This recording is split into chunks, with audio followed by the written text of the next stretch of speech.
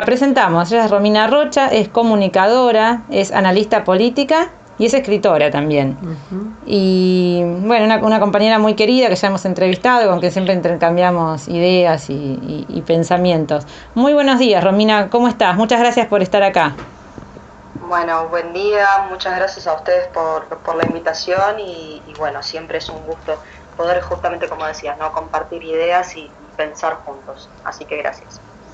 Bueno, Romina, antes que nada, ¿cómo viviste lo del fallecimiento de Diego? Estuviste escribiendo ahí. Sí, estuve escribiendo y todavía me cuesta porque en verdad lo que yo siento, ¿no? En este caso es que al partir una persona que representa tanto lo que somos, que tiene tanto que ver con la Argentina en términos generales, ¿no? En grandes, en amplitud, uno en un año tan complicado, donde hubo tanto apaleo a nuestras emociones, a nuestras formas de vincularnos y demás, que se vaya una persona que representa tanto y que siempre se conmovió tanto, ¿no? por lo que es y por lo que es el pueblo argentino, me parece que es una pérdida inmensa, pero a la vez también es la expresión de lo que siente un pueblo cuando alguien amado se va, ¿no? Entonces, lo lindo, en todo caso, de lo que empezó a pasar a partir de esta fecha horrible y que vamos a recordar siempre con mucha tristeza y con mucha melancolía, es que se empezaron a desdibujar los límites, ¿no? De repente, gente de diferentes lugares, desde diferentes ámbitos, por diferentes motivos, se empezó a reunir y a congregar alrededor de esta idea de un ídolo que se nos va, pero que a la vez se hace más presente que nunca porque empieza a aparecer en todos nosotros, y eso me parece que es un buen síntoma de que, bueno, todavía en la Argentina, y a pesar de toda la destrucción simbólica respecto de la unidad del pueblo y de la congregación de las multitudes y demás, todavía queda vivo algo adentro nuestro que arde y que clama por salir, y eso creo que es algo bueno, es algo que tenemos que tener en cuenta, porque a pesar de todo, todavía sentimos y todavía amamos, que es lo más importante de todo. Así que, a pesar de la tristeza y de la emoción, creo que, bueno, que todavía tenemos esperanza, ¿no? Todavía hay fe del pueblo en torno a las cosas que nos unen, y eso es algo que ojalá sepamos aprovechar para bien. Tal cual, coincido totalmente. Y bueno, nosotros te convocamos pues estamos con todo este tema del aborto, de la discusión, de las libertades, del feminismo. Y bueno, yo sé que vos tenés una mirada crítica, también a la vez constructiva respecto al tema. Me gustaría que nos expliques, que nos des tu opinión al respecto, ¿no? De cómo ves este debate, si es oportuno, si es necesario.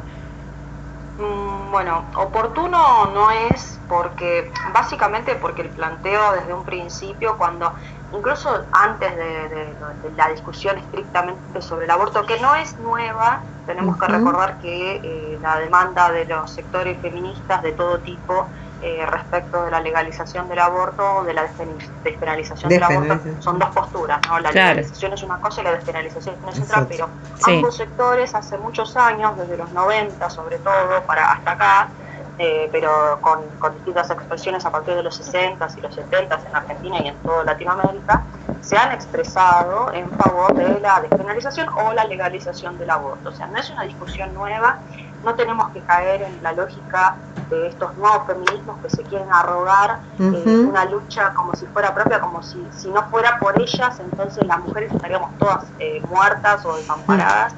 Y esta cuestión de querer hacerse de un poder que no les es propio es lo que termina confundiendo muchas veces a las masas que se mueven en torno a esta idea falsa de que están defendiendo algo que nunca nadie más levantó o que nunca nadie habló o expresó de alguna manera. Claro. Porque eso nos quita de contexto, ¿viste? Cuando descontextualizas las cosas, entonces las discusiones se hacen absurdas porque terminan redundando en cuestiones que no existen. Como por ejemplo esto, ¿no? Negar que la lucha por la libertad y los derechos de las mujeres no empieza con el aborto y no empieza en el año 2015, 2016 con el Ni Una Menos, no empieza ahí. Exactamente. Se empieza a transformar en otra cosa, ¿no? A partir de estos años empieza a manifestarse desde otros puntos de vista y se empieza a exacerbar también este punto de vista nuevo, en donde la idea de que todos tenemos que estar de acuerdo en que el aborto legal, seguro y gratuito es un derecho y es una necesidad urgente, se empieza a imponer de manera brusca, tosca, violenta y sobre todo tenemos que tener en cuenta financiada. Y entonces la discusión sobre la cuestión de la salud o las cuestiones que llevan a una mujer en diferentes condiciones a tomar la decisión de terminar con un embarazo, se pierden de vista. Entonces termina siendo como que solamente importa el resultado y no aquello que te llevó a tomar la decisión, ¿no? Entonces, y justo estábamos hablando de eso, mira, hace un rato. Es que es lo más importante, porque justamente, o sea, si uno quiere hablar de salud pública, lo que tiene que atender son las causas multidimensionales. Claro, ¿qué le pasa a esa mujer? Claro. ¿Qué pasa en todos los niveles de su vida? Claro. Exacto. Exacto, porque se pierde de vista eso y parece que hacerte un aborto es un trámite, ¿entendés? Exactamente. Y el otro día te vas a bailar. Claro, yo le puse, mira, comprar una cartera, no es así. Claro. ¿Qué te lleva a eso? A estar ¿Qué te lleva? ¿Qué posibilidades? ¿Qué tiene esa mujer? ¿Por qué está así? Como yo decía, por ahí hay mujeres que las mismas parejas la violan. Claro. Pero además que al margen de las situaciones que son, por eso decía, ¿no? Hay múltiples motivos por los cuales una mujer puede llegar a tomar la decisión de hacerse un aborto, pero siempre son trágicos. No podemos quitarles el peso específico que tiene tomar esa decisión. Exactamente. Y banalizarlo es justamente poner a la mujer en una situación de extrema vulnerabilidad. ¿Sí? A mí me lo sacaste porque justo iba a decir de banalizar, de por ejemplo de salir y no sé, y todo el negocio que hay, decir, bueno, hago bikinis verdes y vendo la bikini verde y el brillito, eso es como el marketing que hay. Cuando estamos hablando de algo, claro, que en sí termina siendo algo triste, algo feo. No es la mujer no va, yo no creo que ninguna mujer quiera hacerse un aborto porque está de moda o porque hay una ley, ¿me entendés? O sea, eso es lo que se ve como que el movimiento es como una moda. Sí, pero no, igualmente, lamentablemente, justo por estos motivos y por todo esto que comentamos, es que termina siendo una moda y termina sucediendo esto que decimos es imposible que pase. Y no es imposible, porque de verdad hay chicas, sobre todo las chicas más jóvenes, ¿no? Hasta los 20, 23, 24 años, que es donde más se está pegando justamente esta cuestión del aborto, porque pregonan la libertad como si la libertad fuera no hacerte cargo nunca más de nadie, ¿entendés? Entonces tenés una piba de 22 años que se liga las trompas y se siente súper orgullosa y ejemplo de vida, y le dan rosca, obviamente, para que ese sea el modelo de juventud nueva, una juventud estéril, ¿no? Una juventud que no tiene, que se corta ahí y ya está, y no hay nada más, y no te puedes arrepentir, no puedes crecer, no puedes repensar y redefinir tu vida. A los 22 años vos tenés que saber cómo vas a hacer hasta el día que te mueras. Horrible, eso es, primero, para determinarte, ¿no? Es anularte la dimensión de desarrollo, de crecimiento. Claro, de crecimiento, claro. ¿No? Uno en la vida aprende y bueno, y uno va cambiando su forma de concebir el mundo porque crece y amplía su mirada, ¿no? Entonces todas estas cosas que pasan terminan haciendo que sí efectivamente se banalice y que sí efectivamente haya pibas de 15, 16, 17, 20 y hasta 25 años, que bueno, la adolescencia se ha extendido mucho, efectivamente. Claro, exactamente, por todos los problemas. Que piensan que es eso, que se toman una pastilla porque el misoprostol se vende como caramelo, porque aparte tenemos que tener en cuenta esto, la discusión, y esto hago un paréntesis, después lo amplío. Sí. La discusión sobre el aborto legal, seguro y gratuito, como si fuera algo necesario y urgente, que fue la pregunta que me hiciste al principio, Maca, es absurda porque el aborto ya se practica. Ya se practica legalmente en los hospitales. La ley que reglamenta el ILE, la interrupción legal del embarazo, ya está practicada en hospitales públicos hace rato. Vos podés ir a cualquier hospital y denunciar o decir que por diferentes motivos tenés una planilla, la llena el médico, dice, bueno, ¿por qué motivo? Por te lo tilda como si fuera una encuesta, y te mandan a otro lugar y te hacen el aborto. O sea, es mentira que esto ya no se puede hacer, que siempre tenés que recurrir a meterte el perejil, el gancho y toda esta mierda de la que hablan, que es cierto, y hay mujeres que por ignorancia terminan cayendo en manos de hijos de puta que hacen estas cosas, y de hijas de puta, sobre todo de mujeres, porque las llamadas parteras o enfermeras de las que hablan son mujeres, y son las que se ocupan de ultrajar a las mujeres por no asistirlas, por no atenderlas bien, y las terminan poniendo en riesgo de vida, claro, no solamente al bebé que abortan, sino a ellas también. Entonces, dado este escenario en el cual ya está vigente una práctica de aborto legalizado, la discusión de que pase por el Congreso y demás no tiene nada que ver con lo urgente, no tiene nada que ver con una necesidad objetiva, porque de hecho antes de que ocurriera todo esto, el aborto no punible ya está reglamentado hace casi 100 años en nuestro país.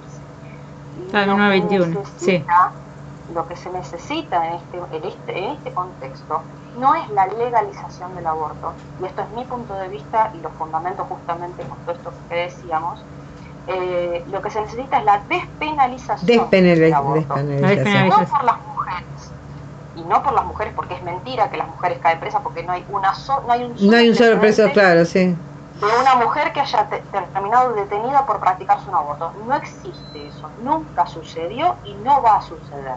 Lo que sí existe son médicos, parteras, enfermeras que pierden su matrícula, que son sancionados, que no pueden alegar objeción de conciencia, justamente porque el marco legal los atenta contra ellos, sobre todo, contra los profesionales de la salud. De la salud. ¿no? Mira, sí, claro. Sí. Porque atienden a una piba en una condición deplorable, que se metió a andar a saber qué cosa, y la culpa es del médico, si no la salva, ¿no? Entonces, el médico muchas veces no se quiere hacer cargo, y esto pasa y ha pasado, y soy testigo de Por eso se mueren. Claro. Por eso mueren. Justamente en esa instancia, cuando el médico alega objeción de conciencia y te dice, no, porque tengo un quilombo. Claro. ¿Entendés? Entonces, la única necesidad real sobre este asunto, que no es urgente, pero sí es necesario discutirlo en términos objetivos, es la despenalización del aborto y no la legalización. Porque la despenalización ya está. Y ya está reglamentado, y de hecho, lamentablemente, y esto es algo sobre lo cual estoy juntando datos y pruebas, pero bueno, estoy en comunicación con médicos que trabajan en hospitales públicos del interior de la provincia de Buenos Aires, que ya están diciendo que a las partes que atienden, la parte de obstetricia, los que hacen las ecografías, los ginecólogos y demás, les dan incentivos monetarios para que practiquen abortos. Por cada aborto que practiquen, a través de un plan de salud que está reglamentado, que es un plan de incentivos en general, en líneas generales para la medicina, te dan un bono extra si vos practicas un aborto. O sea, acá hay un gran negocio y se está exacerbando enormemente, justamente por todas estas discusiones absurdas, fomentadas desde afuera, financiadas por diferentes. Eso te iba a preguntar. ¿Qué hay detrás de todo esto? ¿Qué es cuál es el interés? ¿Viste lo de Amnistía Internacional? Sí, ¿Qué hay detrás de todo esto?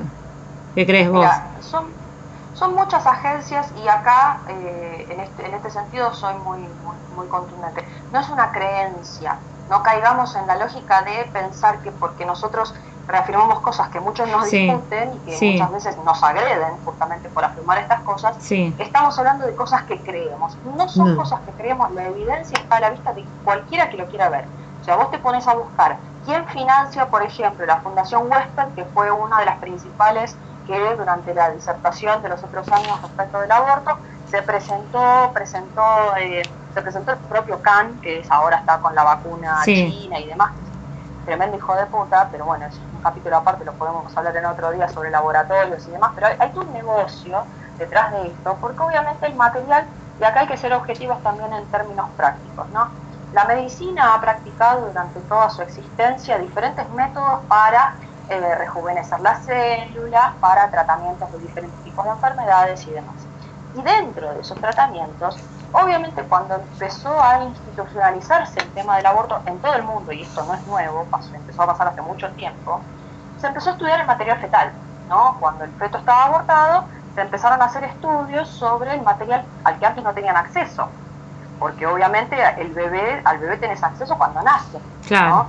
No a pensar en prácticas que hayan invadido de otras maneras, pero una vez que el aborto ya está practicado, ahí hay un material biológico que es materia de estudio. Entonces, cuando esa materia de estudio se convierte en la posibilidad de un nuevo negocio, aparecen otras instancias en las cuales los laboratorios, sobre todas las cosas, que son el gran poder real de este siglo, empiezan a buscar las maneras de vender los productos, porque no se desperdicia nada acá, ¿no? Si las cosas que comemos y demás, tenemos que ver la cantidad de cosas que no se desperdician y que terminan en lo que comemos o consumimos de alguna manera. Mismo la cosmética, la medicina, los laboratorios, bueno, todo esto funciona de esta manera y esto es objetivo. Entonces, ¿qué intereses hay detrás de la legalización del aborto de esta manera? Porque hay que tener en cuenta que es de esta forma, no de las formas amigables o conscientes o persuasivas que hubo en otro tiempo, donde las mujeres se ocupaban de ayudar a pensar, que no se ponían en tetas para decir no me mires o claro, cuerpo es mío y demás. O sea, las formas eran otras y tenían que ver con una manera de ayudar a pensar en la necesidad de que las mujeres, en el caso de decidir, no tuvieran que morir en el intento, ¿no? Claro, claro. Cuando se trastoca todo esto y se transforma en otra cosa que no es lo que es, tenemos que entender justamente que, por ejemplo, el misoprostol, que se produce en Argentina ya hace tiempo, empieza a producirse de manera masiva a partir de la discusión de hace 2 años, cuando estaba Macri. Claro. Porque justamente una de las cosas que logró el lobby de los laboratorios fue imponer la producción a escala nacional de misoprostol de manera legal. Y esto lo pueden buscar las noticias, pueden ver cuándo se reglamenta esto, y es parte de las cosas que consigue la discusión del aborto en términos parlamentarios. No consiguen la legalización, pero sí el permiso de los laboratorios para producir misoprostol a gran escala y poder venderla sin receta, ¿no? Porque eso es lo que pasa, lo producen en Santa Fe y vos podés comprarlo tranquilamente y te tomas la pastilla y ya está. Nadie te asesora, nadie te acompaña, nadie nada. Vos te tomás una pastilla, haces un trámite, te podés morir desangrada, pero no pasa nada. Sí, es peligroso, ¿no? Es tampoco. Claro. Pero sos libre de hacerlo, es problema tuyo, ¿sí? Entonces, si nosotros atendemos a quienes empiezan a ganar a partir de todas estas discusiones, es fácil ver qué objetivos hay detrás. Claro. El tema es que cuando se los pinta de conspiranoia, de que es tu opinión, de que a vos te parece, ahí ya perdemos el foco sobre el objetivo. ¿Qué es esto? Los laboratorios que producen el misoprostol ganaron y siguen ganando a gran escala porque pueden exportar incluso a toda la región el misoprostol, ¿no? Que además se usa para otro tipo de prácticas también, pero sobre todo prácticas abortivas. ¿Qué se hace con el material descartado? Bueno, no es material descartado, no es una bolsa de caca, es material biológico, fundamental para tratamientos de, por ejemplo, de cáncer, de enfermedades terminales, de enfermedades autoinmunes, y esto está comprobado en las células madre, de las que se habla tanto, antes y de manera abierta y para todo el mundo, se sacan del cordón umbilical, ¿no? Esto lo sabemos todos, sí. No es algo conspiranoico, No. Uno puede buscar estudios y demás. Bueno, con los fetos también se hace. Entonces, cuando vos empezás a entender que detrás de eso no hay descarte, sino que hay ganancia absoluta para todo tipo de tratamientos que son carísimos, porque tratamientos de rejuvenecimiento celular, gente que quiere ser inmortal, existe hace tiempo, y eso es el transhumanismo, bueno, se derivan un montón de cuestiones de esto, ¿no? Pero atendiendo a quiénes son los que pueden sacarle provecho a todas estas situaciones que, a ver, yo las hablo en términos objetivos, no estamos hablando de material genético, de material biológico, de productos farmacéuticos, de medicalización, de tratamientos oncológicos y demás, pero todo esto es objetivo, es material, es físico. Ahora, la dimensión humana en todo esto se borra, y ese es el mayor peligro de todos, porque pasamos a ser objeto de estudio para laboratorios, para diferentes instituciones. Amnistía Internacional pone guita en un montón de lugares en donde justamente no es guita suya, o sea, vos ves, entras a la página de Amnistía Internacional y es fácil, te fijas quiénes financian Amnistía Internacional y qué intereses tienen ligados, y vas a ver que la red de interrelaciones, termina en, por ejemplo, BlackRock, que es uno de los fondos inversores a los que le debemos un montón de guita, supuestamente, y que, sin embargo, no solamente tiene intereses en ese tipo de instituciones, sino que también financia el extractivismo en las provincias de nuestro país, tiene intereses en IPF, es un pulpo, es un cáncer el que tenemos, que lo abarca todo y que se escuda detrás de ONGs, organizaciones y demás. Entonces, para resumir un poco, porque es larguísimo, pero no es largo porque uno lo quiera hacer largo, sino porque la verdad es que la cantidad de intereses que hay vinculados en esto es infernal, y es infernal literalmente, porque son malos, de gente que es mala, que le importa 3 carajos la vida de las pibas, la vida de los pibes, si los bebés nacen, si no nacen, les importa 3 pelotas.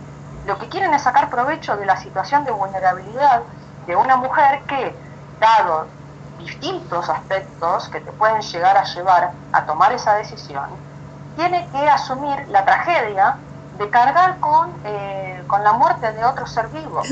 Por más que lo quieran dibujar de que no, es un conjunto de células y que te quieran contradicir, que no están matando a una persona, en el fondo de su corazón, porque todavía lo deben tener, saben que están cargando con esa culpa. Entonces se escudan en otras cuestiones, se enojan con los demás, se manifiestan de manera furiosa, pero en verdad lo que les está pasando es que están asumiendo una carga de responsabilidad con la que no pueden lidiar, porque no están preparadas, porque nadie las ayuda a entenderlo, porque nadie las asiste en el momento adecuado, y porque terminan pensando que el problema es estar embarazada y no que te hayan violado, que te hayan ultrajado, que tengas unas condiciones de vida de mierda, claro. Que no te eso. Para comer.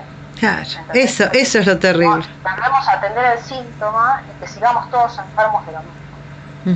Claro, es como que las soluciones tienen que venir, o sea, las opciones tienen para elegirse de eso también, yo lo comparto totalmente, las opciones para elegir tienen que venir de otro lado, decir, bueno, a ver, tengo un techo garantizado, tengo un trabajo, tengo, si estoy sola no tengo un compañero, bueno, pero tengo mi trabajo para poder salir y ganarme la vida y poder darle una alimentación y poder darle educación a ese hijo, ¿no? Entonces, pues, a veces uno elige, a veces elige condicionado también. Si elegís porque no tenés para comer, esa elección en sí está totalmente condicionada.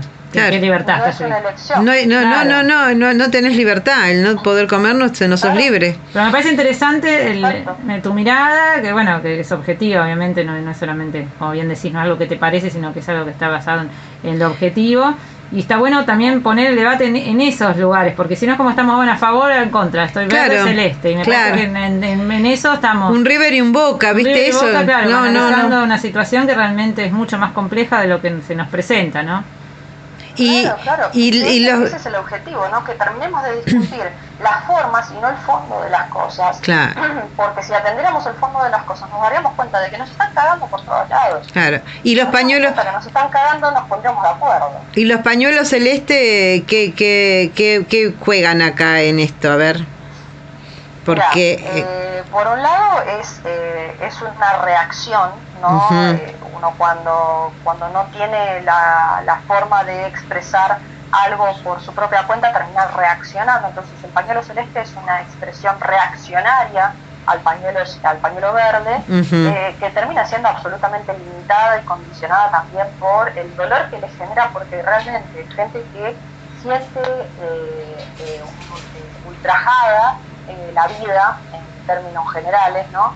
Y que también termina olvidando, por más que sus intenciones puedan sentirse nobles, y en muchos casos lo es, porque conozco mucha gente de los dos lados, ¿no? Que por distintos motivos creen que lo que defienden es justo y es noble y es bueno y es necesario, pero en el caso de los pañuelos celestes, la parte que dejan de lado, más allá de todos los motivos y las razones que tienen, y se ocupan, por otra parte, de explicar desde la biología y desde las condiciones de existencia, tienen otro tipo de argumentos que no son, salvo los grupos como la Cecilia Pando y demás, que son nazis. Bueno, pero eso ya no.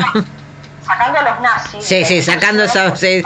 Sacando la basura, diría yo, corriendo. La basura del medio de la discusión, la gente sensata y de buen corazón que de verdad cree que esa es la forma de defender la vida. La parte que deja de lado justamente son las condiciones emocionales, psíquicas y de vida que llevan a una mujer a tomar esa decisión. Exactamente, ahí está. Claro. O sea, de los dos lados. De los dos lados se olvida. Lo más importante Exactamente. es ¿qué le pasa a la mujer? ¿Por qué Claro, ¿por qué llega hasta ahí? Tal cual. Exacto. Y ahí es donde todos pierden de vista que dentro de que ahí es donde justamente cuando te das cuenta de cuando quieren que las cosas se hagan bien, cuando efectivamente se manifiestan de manera clara. Y en este caso Alberto Fernández mandó la ley de aborto junto con la ley de los 1000 días. Los 1000 días, sí. Entonces cuando mandaste las dos cosas juntas y una tapó a la otra. Entonces no va a salir ninguna de las dos porque están ligadas, están asociadas, y eso está mal, porque la ley de los 1000 días, y esto lo explico muy brevemente, es atender durante los primeros 3 años de vida a la mujer que no tenga las condiciones materiales para asistir al niño, ¿no?, durante su primera infancia, y se le hace un seguimiento específico, obviamente con una ayuda monetaria, con una ayuda alimentaria también. No tiene que ver solamente con darte plata para que tengas al pibe, no es un plan para el pibe, es un plan para que tengas cubiertas tus necesidades materiales y también la alimentación, porque es fundamental que la mamá durante los 3 años de vida, los primeros 3, sobre todo los primeros 2 que amamantás, que te alimentes. Te alimenta, claro. Eso es lo que vos le das de comer a tu bebé. Claro. Sí, entonces, si vos comes harina y grasa todo el día, tu bebé va a nacer y va a crecer, y a los 5 años ya va a tener diabetes, ya va a tener problemas cardíacos. Claro. Entonces es una mierda. Entonces tenemos que atender que esa parte es importante, porque ahí ya eliminas un factor de condicionamiento. O sea, cuando uno habla con los médicos que atienden justamente todas estas cosas, el 80% de las mujeres que se atienden, y digo 80 porque soy muy generosa, pero es más, pero el 80% de las mujeres que se atienden en un hospital público para hacerse un aborto, el motivo que alegan es que no quieren para darles de comer a los chicos. Claro. No, a veces ¿Sabes cuál es el motivo que pueden tachar en ese cuestionario? Razones sociales. Claro. Es la única opción que tienen. No tienen un seguimiento, no tienen un desarrollo, no pueden decir, bueno, pero entonces, si la condición material estuviera cubierta, ¿lo tendrías? Y la pregunta siempre es sí. Y la respuesta siempre es sí, perdón. La respuesta siempre es sí. Pero como el médico no tiene posibilidad de darte cobertura económica... Claro, ¿cómo lo resuelves? No lo puede resolver el médico, entonces le dice, bueno, mami, te hago el aborto, qué sé yo no te puedo dar otra solución, ¿entendés? Entonces se corta ahí y volvemos nuevamente al mismo punto de partida. O sea, todos los problemas que se generan en torno a esta cuestión tienen que ver prácticamente y estrictamente con la situación económica, material de la mujer que está en esa condición. ¿Por qué? Porque las mujeres que no tienen problemas materiales siempre fueron y pagaron lo que había que pagar para hacerse una Claro. Siempre. Y nunca se murieron con un gancho en el útero, nunca les pasó nada, porque siempre estuvieron las clínicas clandestinas que cobraban fortuna para hacerte un aborto y que nadie se entere de que vos sos la chica bien y nunca te pasó nada y tu familia te cubría y demás. Claro, claro. Esto por el lado socioeconómico, pero por el lado estrictamente estatal, nuevamente, el aborto no punible está reglamentado hace casi 100 años, o sea, por violación, por abuso o por cualquier condición que sea violenta, claro, siempre te pudiste hacer un aborto. Entonces, la única condición que queda en el marco de la ilegalidad es que seas pobre. O sea, la única mujer que no tiene derecho a abortar de manera segura es la pobre. Claro. Nunca fue otra. Yo creo siempre que es del lado, siempre fue así, ¿no? Perdón. Sí, no, pero digo, realmente cuántas cosas para pensar. Y me acuerdo del debate en el Congreso de las diputadas de los Penatos, por ejemplo, Lipovetsky, ¿no? Levantando el pañuelo verde, y vos decís, pero si son justamente gente que impulsan políticas de exclusión. O sea, es como que no una cosa no coincide con la otra. O sea, en esto tenemos que ser... Bueno, y vos sos una estudiosa además de ser peronista, sos una estudiosa de la doctrina peronista, y me parece que eso también es importante, ¿no? Que siempre, bueno, Eva nos enseñó eso, a ver al otro, a pensar en el otro, a amar al otro, ¿no? Me parece que quizá hay que verlos de ese lado. Ponerse en el lugar, ¿no? En el lugar. Yo siempre digo, hay que ponerse en el lugar del otro.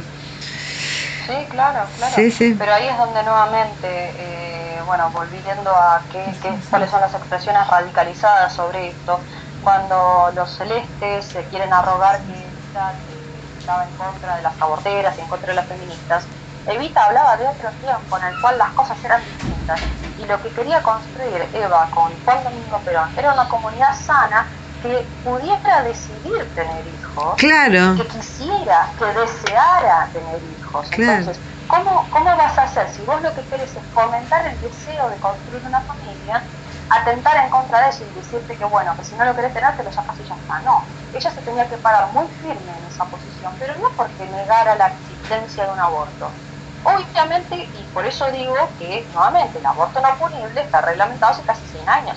Si Perón hubiera estado en contra de cualquier práctica abortiva, hubiera derogado la ley y listo, pero claro, no lo hizo, porque justamente siempre estuvo el atenuante, ¿no? o el causal de que si te violaron y vos sufriste una situación absolutamente traumática, vos no tomaste ninguna decisión, y a vos tener ese bebé te genera un horror que no podés soportar en tu vida, se te da la opción de abortar, y sí, eso siempre existió, ¿no?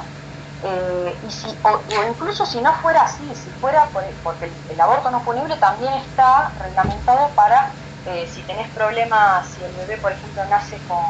Sí, tiene problemas, sí. ¿no? O si te podés morir vos. Sí, eso sí. Bueno, Romy, ¿sabes qué? Son las 11 y ya tenemos que hacer el corte. Yo estaba viendo ya quedó congelado, además que yo pensaba que era más temprano, que me faltaba. Así que, bueno, Romy, la verdad que te agradezco mucho y te vamos a seguir convocando, si vos estás de acuerdo, para seguir tratando estos temas, porque la verdad que quedan otras cosas para debatir también de la realidad socioeconómica. Así que... Sí, quedan cosas, porque me quedaron preguntas, mira. Sí. Te agradezco muchísimo, Romy. Porque hay que cuestionar. Muchas gracias a ustedes por el espacio y por seguir invitando a pensar en estas cosas que no son sectarias ni limitadas, están estrictamente ligadas a una forma de concebir la comunidad toda, entonces tenemos que atender cada parte dentro del todo. No hay exactamente. Que del conjunto, siempre hay que integrar la parte al todo. Así que muchas gracias por hacer ese ejercicio en voz alta. Y te felicito por todo el trabajo que haces, que es mucho, que es realmente todas tus investigaciones, todo tu trabajo, realmente, los invito a ver en su página Romina Rocha en Facebook, y realmente es un trabajo muy valorable, la verdad. Mucha investigación. Mucha investigación, todo como fundamento. Se nota. Sí. Y se nota. Y eso realmente se valora mucho. Muchas gracias. Nos sirve, la verdad que nos sirve para todos, para informarnos, para hacer estos programas, la verdad que... Bueno, Romina... Es que es eso, ¿viste? Tenemos que trabajar entre todos juntos, cada uno haciendo su parte, y así vamos a poder construir sentido entre todos. Así es. Bueno, muchísimas gracias y buen fin de semana. Hasta la próxima. Hasta la próxima, que va a ser pronto. Muchas gracias a ustedes. Que tengan